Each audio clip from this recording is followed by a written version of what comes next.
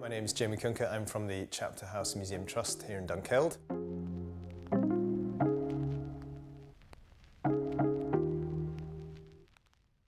My treasures today, I'm going to show you our 3 lithics we found with the Young Archaeology Club earlier in the year.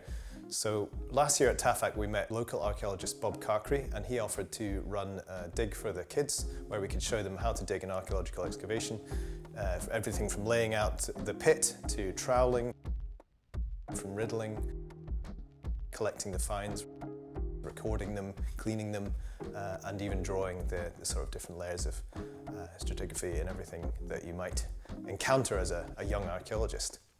So we chose a location for the kids which was a nice flat sunny terrace above the River Tay, and it was amazing weather. The kids had a great time, and amongst the kind of unstratified, ploughed stuff that you might find in a field, we found all the Victorian pottery and everything. We found 3 amazing lithics.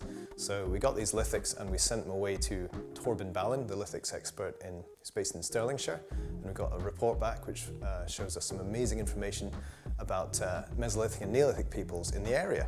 So our first find that we came across, which was actually found by troweling, was this beautiful late Mesolithic, early Neolithic crested blade. It's just the medial fragment, and it's got a little bit of possible wear as well on one of the lateral sides.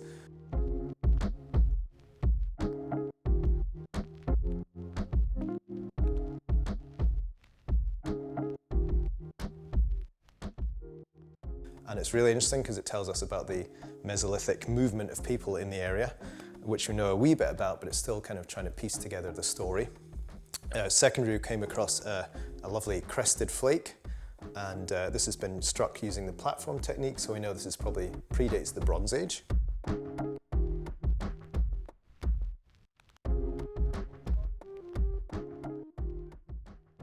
And the last flake we found with the club was this really interesting piece of kind of mottled grey Yorkshire type flint, and it's quite obviously been struck with a core technique, a platform technique which is similar to the Levallois technology, which is a type of core where you would prepare it intricately, so every time you struck off a flake, they would come off at a uniform size, and we can kind of date that to the middle to late Neolithic.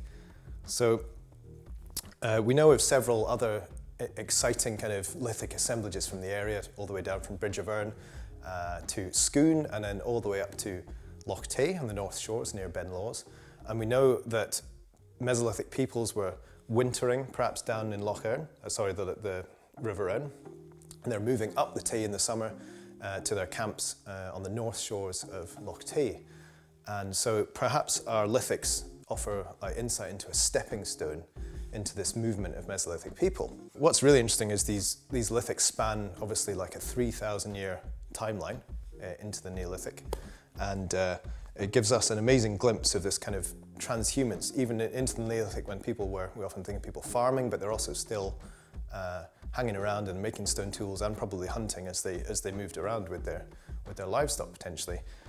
What's really cool is that the 2 flakes show that people were actually staying here in Dunkeld and working flint. They weren't just here just hunting for the day and moving on. They were actually sitting down in this site where we dug our pit, and they were preparing flint cores and really working there, so maybe staying there for a good period of time.